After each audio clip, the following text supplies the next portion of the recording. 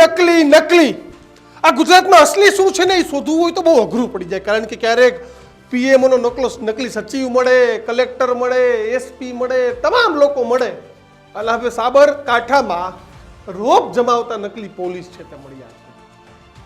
પોસીનાના ગુણ ભાખરીના મેળામાં રોપ જમાવતો યુવકનો વિડીયો છે તે વાયરલ થઈ રહ્યો છે.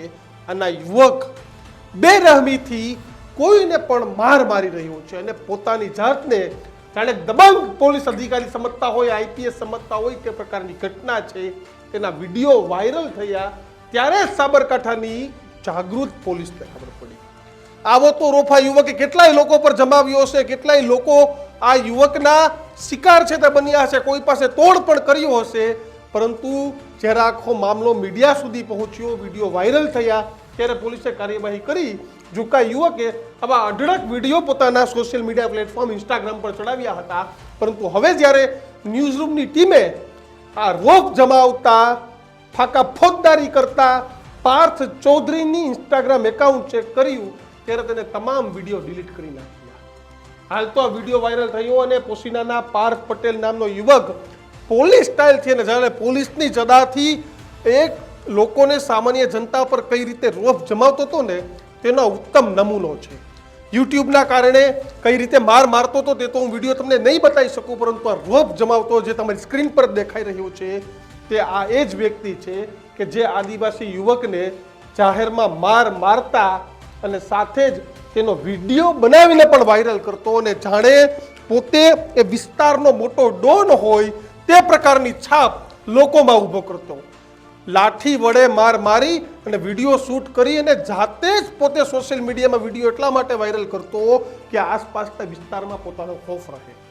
ભલે એક બાજુ રાજ્યના ડીજીપી અને હર્ષ સંઘવી કહેતા હોય કે 100 કલાકમાં ગુંડાઓનું લિસ્ટ બનાવવાનું છે, ગુંડાઓ પકડવાના છે, પરંતુ હર્ષભાઈને પણ કહેવું છે કે આવા ગુંડાઓ પણ પકડજો કે જે પોલીસના આશીર્વાદથી જ આ પ્રકારે રોપ જમાવતા હોય છે.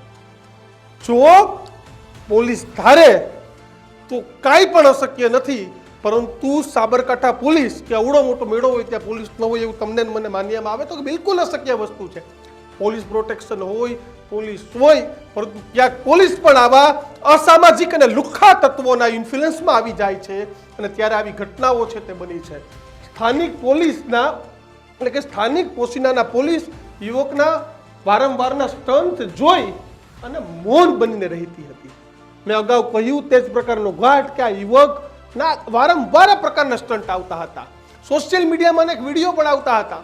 પરંતુ હવે ગુજરાત પોલીસને કેવી ટેવ પડી ગઈ છે કે તમે રીલ બનાવો, અસામાજિક તત્વોને મારો, ગમે કરો, અમને વાંધો નથી, પણ આ વિડીયો સોશિયલ મીડિયામાં ના આવવો જોઈએ.